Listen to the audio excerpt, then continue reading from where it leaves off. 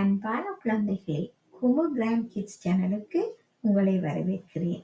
இன்று நாம் சோம்பேறி கழுதையும் உப்பும் பற்றிய ஒரு சுவாரஸ்யமான கதையை கேட்கப் போகிறோம். ஒரு அழகான பசுமையான கிராமத்தில் ஒரு உழைப்பாளியான வியாபாரி வாழ்ந்து கொண்டிருந்தார். அவர் தினமும் தனது கழுதையின் முதுகில் உப்பு மூட்டைகளை ஏற்றி அருகில் இருந்த சந்தைக்கு கொண்டு செல்வார். அந்த வழியில் ஒரு சிறிய ஆறு இருந்தது. அந்த ஆற்றை கடந்துதான் அவர்கள் சந்தையை அடைவார்கள். அந்த கழுதை மிகவும் சோம்பேறியாக இருந்தது. அது சுமையை சுமப்பதை விரும்பாமல் எப்போதும் சோர்வாக இருப்பது போல் நடந்து கொண்டிருந்தது. வியாபாரி அதை அன்பாக பார்த்து கொண்டாலும் அது உண்மையாக உழைக்க விருப்பம் காட்டவில்லை. ஒரு நாள் அவர்கள் வழக்கம் போல ஆற்றை கடக்கும் போது கழுதை தவறுதலாக நீரில் வழுக்கி விழுந்தது. அப்போது அதன் முதுகில் இருந்த உப்பு மூட்டைகள் நீரில் நனைந்து மெதுவாக கரைய ஆரம்பித்தன. சில நொடிகளில் சுமை மிகவும் லேசாகி விட்டது. கழுதைக்கு அது மிகவும் சுலபமாக உணர்ந்தது.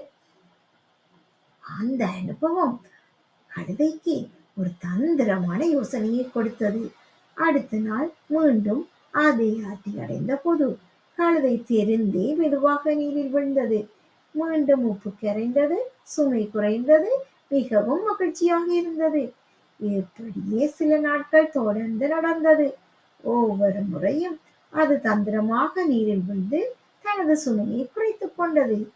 வியாபாரி மிகவும் புத்திசாலி.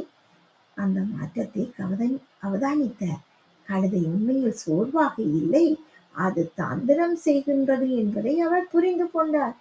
உப்புக்கு பதிலாக பருத்தி மூட்டைகளை ஏற்றி வைத்தார். வெளியே பார்த்தால் அதே மாதிரி இருந்தாலும் அதன் உள்ளே பருத்தி இருந்தது. அன்று அவர்கள் மீண்டும் ஆற்றி அடைந்தார்கள். வழக்கம் போல கழுதை மீண்டும் நீரில் விழுந்தது. இந்த முறை பருத்தி நீரை உறிஞ்சி மிகவும் கனமாகிவிட்டது. சுமை குறையாமல் மாறாக மிகவும் அதிகமாகிவிட்டது. கழுதைக்கு நடப்பதே மிகவும் கஷ்டமாகிவிட்டது. அது மெதுவாகவும் மிகவும் சோர்வாகவும் நகர்ந்தது. அப்போதுதான் அந்த கழுதைக்கு தனது தவறு புரிந்தது. சோம்பேறித்தனமும் ஏமாற்றமும் தற்காலிக நன்மை தரலாம், ஆனால் இறுதியில் அது நமக்கு அதிக கஷ்டத்தை தரும் என உணர்ந்தது. அந்த நாளிலிருந்து கழுதை தனது பழக்கத்தை மாற்றி கொண்டது. சோம்பேறித்தனத்தை விட்டு நேர்மையாக உழைக்க ஆரம்பித்தது.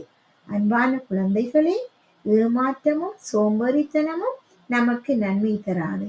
நேர்மையாக உழைத்தால் மட்டுமே நம் வாழ்க்கை மகிழ்ச்சியாகவும் வெற்றிகரமாகவும் இருக்கும்.